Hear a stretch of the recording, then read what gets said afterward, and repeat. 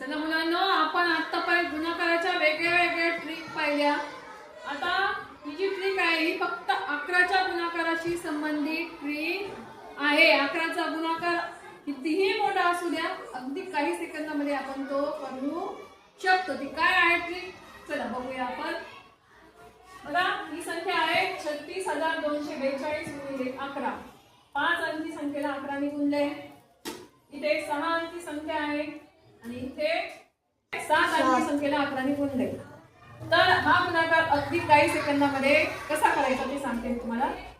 बघा, ज्या संख्येला गुणले त्या संख्येचा एकक स्थानचा जो अंक आहे तो दशाचा तसा इथं ठेवायचा आहे. जो असेल तो 2 असेल 2, 6 असेल 6. आणि त्यानंतर काय करायचंय, एककापासून दशकापासून शतकाला असं आपल्याला बेरीज करत जायचं आहे. बघा, 2 मध्ये 4 मिळवायचे, 4 6 इथं लिहित जायचे. 4 मध्ये 2 6. त्यानंतर 2 आणि 6 8. त्यानंतर 6 आणि 3 9. झालं. 8 9 662. आता हा गुणाकार हा बघूया. आता इथे एकक स्थान किती आहे? 7. जसा आहे तसा 7 इथे ठेवला. आता बेरीज करू आपण. 7 5 12. 12. तर 12चा 12 नाही लिहायचा, 12चे 2च लिहायचे. आपल्याला पुढे तो हातचा मिळवायचा आहे.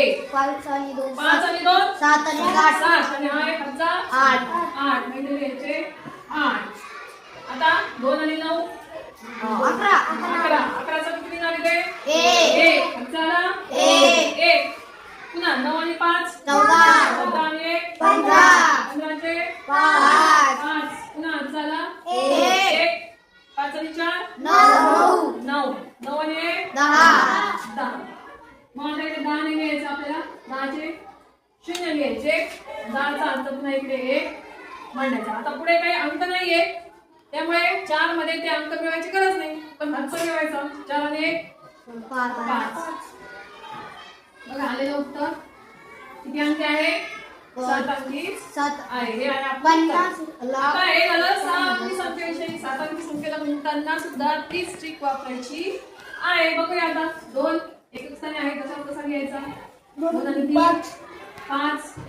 3 आणि 9 12. 12. 12चे 2 चला 1. 3 आणि 2 5. 5 आणि 6.